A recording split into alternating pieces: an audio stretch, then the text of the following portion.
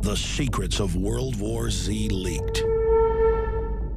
What is the message behind World War Z? We're going to leak those secrets right now.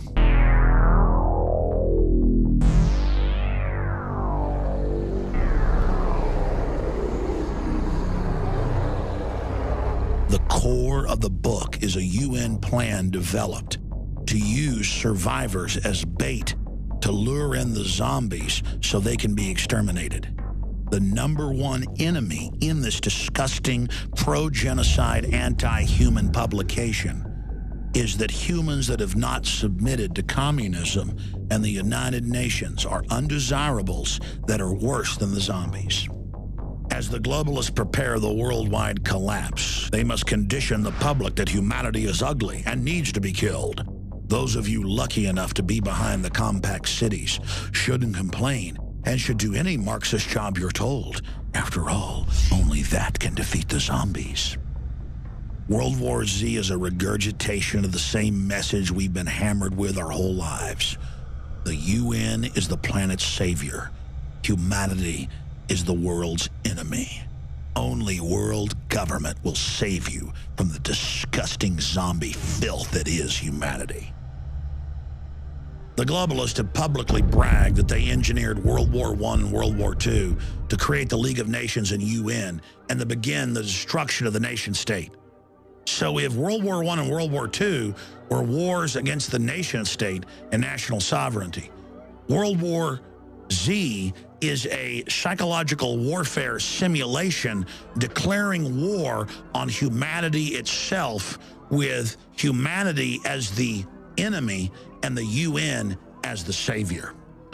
Let's talk about Brad Pitt, who was in a bidding war with Leonardo DiCaprio over the book World War Z. We've analyzed it, and I can say unequivocally, this is a manifesto of United Nations worldwide genocide against nation states and individuals. It is a declaration of war and a sacrament to planetary bloodlust and the New World Order's wish to reduce world population. In brief synopsis, the book begins with the disintegration of the world's civilizations by an outbreak of zombies, and the world transforming itself under UN leadership as a single international union to save humanity under Marxism and the extermination of all American gun owners. From the book, World War Z. That's when the UN multinational force was created, and we were pleasantly surprised by how many people signed up in the first week. The biggest enemy for this communist UN takeover are domestic secessionists of the United States. The Rebs only welcomed you with gunshots. The brass had special units for Rebs. I saw them on the road once crossing the Black Hills. That was the first time since the Rockies that I ever saw tanks. Bad feeling. You knew how it was going to end. The ultimate crime is owning a gun, not under UN control. Those that submit and turn in their firearms are called Robinson Crusoes and are given a nice job at the forced labor camp. The body armor was for protection against some of the regular people we found. I'm not talking organized rebels, just the odd LMOE, or last man on earth. Some dude or chick that managed to survive. Most of the time we managed to talk them down. Those we called RCs, or Robinson Crusoes. That was the polite term for the ones who were cool. If the UN concludes that you are not a communist socialist, you are used as bait to lure in zombies because you are the #1 enemy. Before you can be used as slave labor, you must submit to re-education camps. They actually call them re-education camps. From the book, this was the National Re-Education Act. I'd say it was the largest jobs training program since the Second World War, and easily the most radical in our history. This is a way to roll out authoritarianism and make it sexy and fun and condition the public that this type of mass murder is okay. This film talks about, man, my dad was smart. He loved Marxism. And now that we've got Marxism under the UN, it's so great. Yeah, we put people in labor camps. Yeah, we put them in re-education camps. He used methods that were almost Marxist. the kind of collectivization that would make Ayn Rand leap from her grave and join the ranks of the living dead. I've always rejected the wisdom he tried to impart, running as far away as Wall Street to shut it out. Now I'm racking my brain to remember it. And if they didn't do what they were told, they were killed. God, there's such a beauty to that.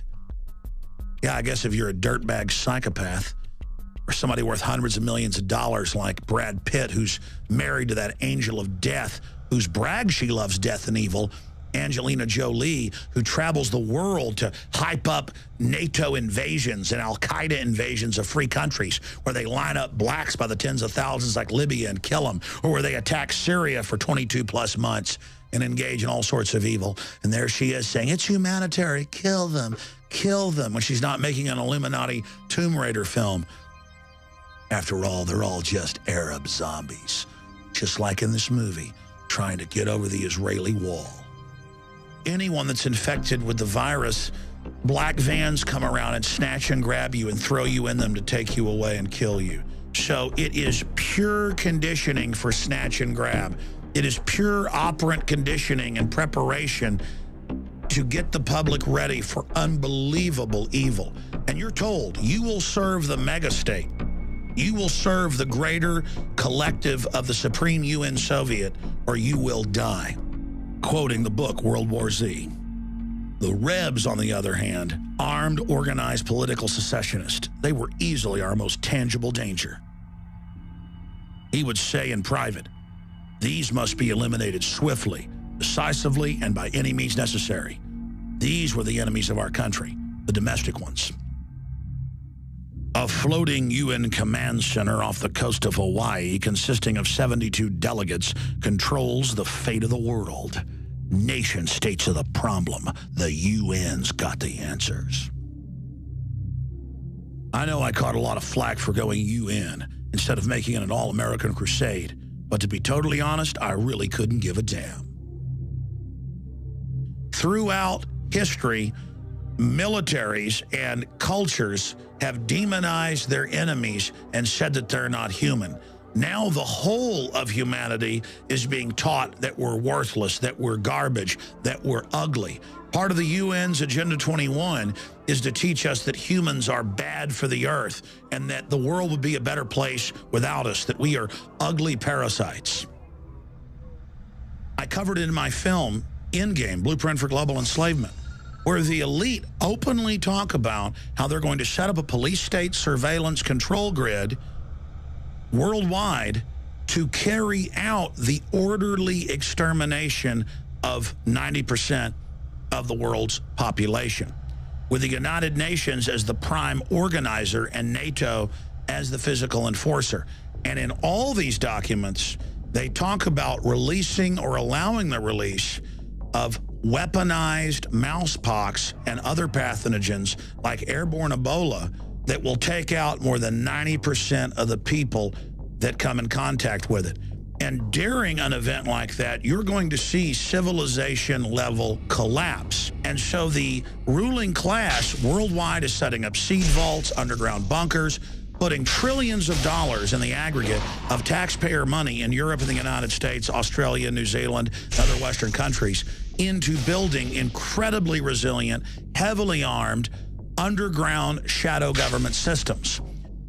And I said a decade ago, this zombie fascination was being pushed to dehumanize us and get us ready with kind of a racial memory ahead of the fact so that we will accept as prophecy at a subconscious level the mass culling of humanity. Films like World War Z are meant to program people that they're lucky to serve as slaves of the UN and not be exterminated once these bioweapons are released.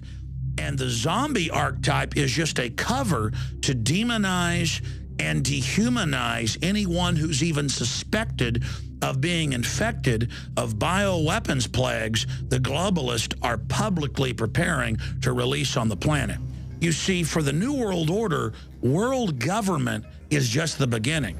Once that panopticon surveillance control grid is in place, the mass extermination begins.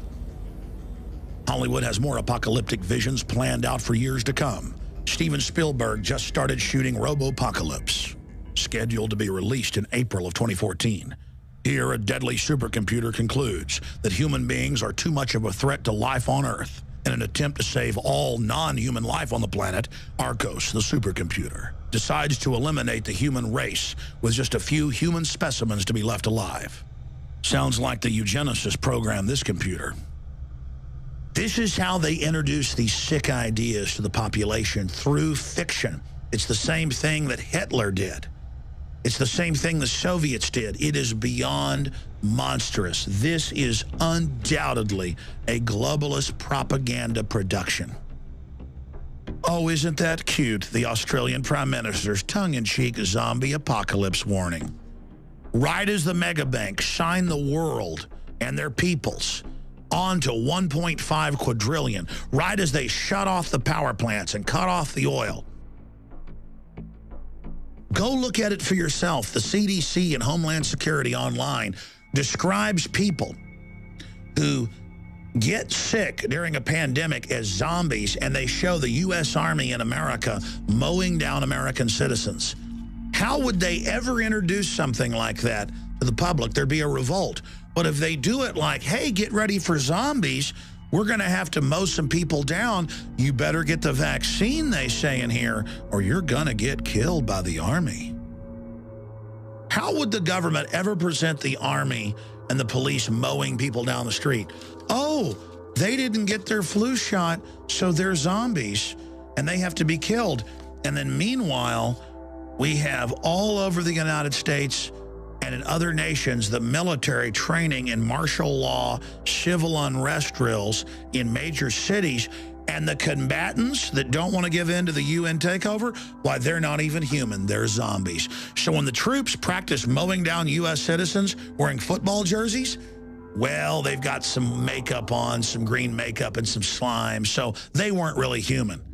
So the next time the troops actually pull the trigger on real citizens during the engineered collapse, well, they were zombies anyway. They're teaching people that ancient thing that tyrants and corrupt militaries have done of dehumanizing their enemy before they kill them. The same thing was done by the Soviets in Poland and in Ukraine, where they killed tens of millions. They said these people are animals. The Nazis said the Jews and others weren't human. The communist Chinese said the same thing about the shop owners they forcibly collectivized and put in slave labor camps. You are a fool if you don't understand that the New World Order does not want you to be in the future. They want the planet's resources for themselves. They want the hard work and the scientific developments that free humanity has developed to be their spoils. They want you dead. And people like Brad Pitt and Angelina Jolie are nothing but propagandists selling the population on mass genocide and megadeath. World War Z is a declaration of war against free humanity. I'm Alex Jones. You have been warned, and if you are watching this transmission, remember, you are the resistance.